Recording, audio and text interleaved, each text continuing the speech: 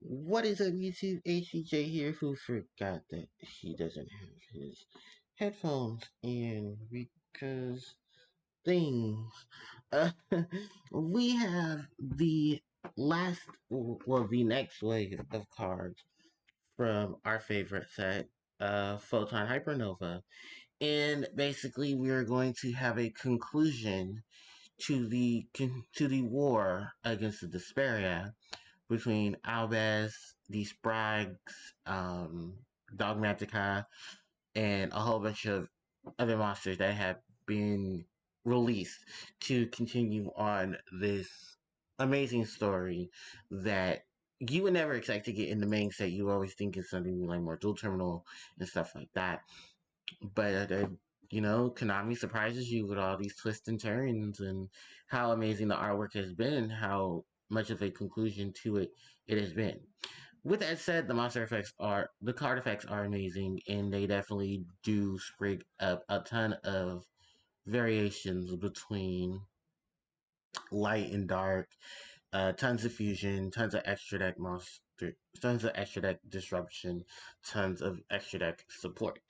So, while we start off here, because we got four new cards I have to talk about. The first one up is this Radiant monster. It is called here. Okay, here's his name, Grand Gang. No, the Sparkling and Dragon. Grand Greenall,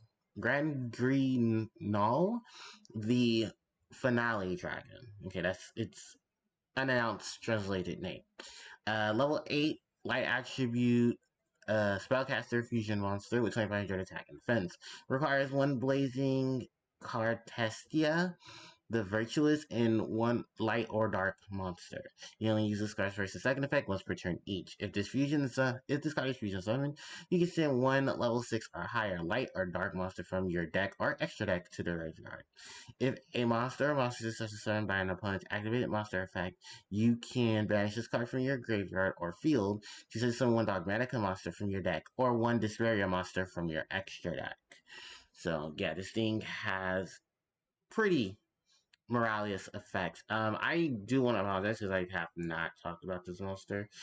Blazing Castelia, the Carstella, the Virtuous. This monster is basically, and actually you can see her image here. She is Ecclesia at the final acts. I do believe either she's being corrupted by the darkness or she is taking advantage of a Desparia creature and she's using it to her advantage to try to end the war against the Desparia. Can't really tell because I haven't really checked in between the last couple of sets to really focus on the monster stuff. But yeah, that's how much of it as it goes here in terms of this portion of it. The next card up is Branded Light Rakunin no Hikari. Quick play spell, you can activate one card with this card's name once per turn. Target one future monster on your field or in your graveyard, return it to the extra. Then when you can summon one fallen Albaz from your graveyard and one monster from your opponent's graveyard to their owner's fields.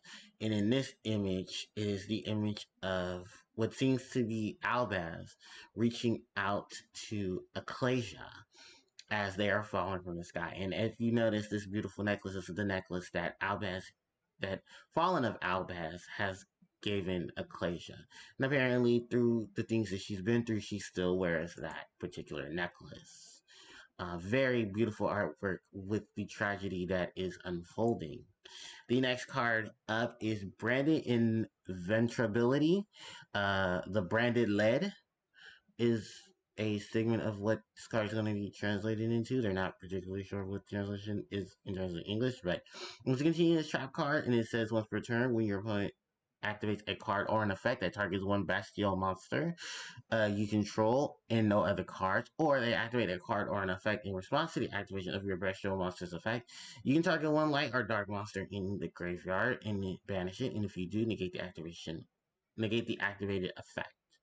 This is a continuous trap, and I do believe it has the image of the bestial monster, the main bestial monster, main deck highest level bestial monster. I cannot remember his name. I think it's Leviad bestial monster in the artwork.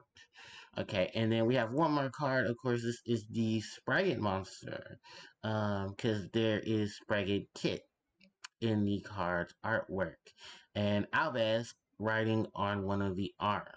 So this is Lindworm the Hammer Dragon, level 8 Dark Attribute, Winged Beast Fusion Monster. 2500 attack, 2000 defense, requires one fallen Albaz plus one Beast, Beast Warrior, or Winged Beast Monster. You're going to use this card's first and second effect once per turn each. When you fusion, Synchro, when a fusion, Synchro, Exceed, or Link Monster activation effect, you can negate that activation, and if you do, you can return one monster on the field to the owner's hand. During your opponent's turn, if this card is on your graveyard, quick effect, you can target one fallen Albaz in your graveyard. Between that target and this card, shall summon one and banish the other. The name of Leadworm is just a name for a variation of dragons from European history. That sort of looks serpentine-like, but is still a dragon.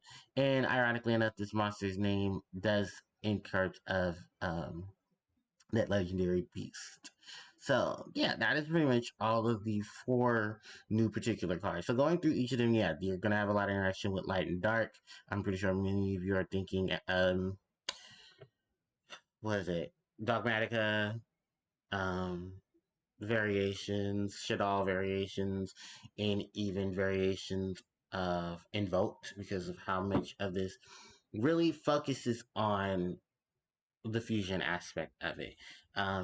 Especially when it comes to dealing with the extra deck and counteracting things from the extra deck as well. I want to point out, let's start off with the Finale Dragon. This thing is really cool. This is a monster that basically is going to set up your graveyard for either mining monsters from your main deck or sending monsters from your graveyard monsters from your main deck or your extra deck into the graveyard. That way you can trigger tons of things. The thing is going to be level 6 or higher. Do note that there are tons of level 6 and higher monsters that love to have their abilities triggered when they're sent to the graveyard. You can also take advantage of this, because remember, there are other cards that we just read that can send cards back from the graveyard into the main or the extra deck, and then Service abilities as well to help you get rid of things or to go into things that you want to use in terms of combination plays. Now, the fact that this monster has the ability to banish itself from the field or grave to give you a Dogmatica monster or a Desperia monster from the extra deck can be pretty handy, because you can get Ecclesia. Remember, Ecclesia can be destroyed by monster special summon from the extra deck. You can get some of the Desperia big monsters, because this is basically says to get one Desperia monster from your extra deck. So I believe it'll just ignore this. It's going to play into the summoning conditions of many of them, who I believe do not have any summoning restrictions. So this is basically just a free summon on for Big Beater. Potentially, you can get one of the monsters that massively negates. You can get the monster that can blow up stuff, or you can get the monster that sends stuff to the graveyard to help you get rid of stuff on the field. That helps you get another monster into the graveyard to get a monster on the field. Okay, so that's talking about the Finale Dragon. Let's move on to Branded Lights. This is basically just a way to recover Albaz and put Albaz back into the deck, or sending monsters in your graveyard back into your extra deck so that you can reuse them later on. But in exchange, you get Albaz. This mostly works for decks that are going to play around with Albaz, the branded and stuff like that, because you can easily search this off with the spells, the effects that search for branded cards, go into a ton of your fusions, or sending stuff with Dogmatica effects and then sending it back with this card so that you can get Albaz onto the field. Like I said, this is going to focus on Albaz and Albaz's interactions with many of the decks. So you can use it in Tri-Brigade, branded Tri-Brigade. You can use Dogmatica Branded, branded Invoke Dogmatica, Shaddoll branded Dogmatica, all those variations. This is basically what can help there. Moving on, we have the branded Inventurability, a massive negation.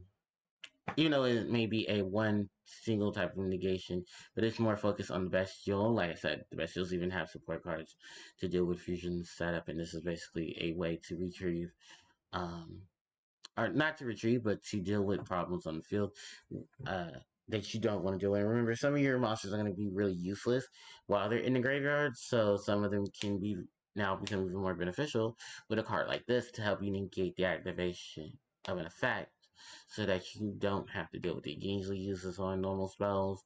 You can use this on nasty trap cards. The only thing that will probably hurt is that it won't stop counter traps. So, and yeah, I mean that's a good portion of what you can easily spread with this. Because like I said, a lot of the decks I mentioned, Shaddoll, Dharmatica, Branded, Desperia, um, Invoked, those are basically your big decks right now that focus on fusion, focus on extra deck, and focus on the interactions within that area.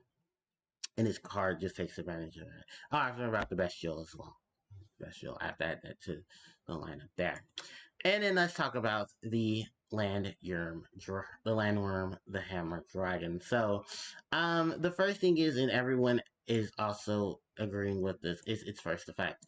The fact that when a fusion, synchro, exceed, or link monster activates the effect, you're gonna get the activation. Then you can turn one monster on the field to the owner's hand. So the thing about it is that it's the phrase of when certain action or if certain action. This is why a lot of people are very skeptical of this monster because this monster can easily miss the timing if an opponent plays a way around this activation. Because this can be very detrimental to this card being good. The reason why I say this is because I had a few arguments online about this whole situation.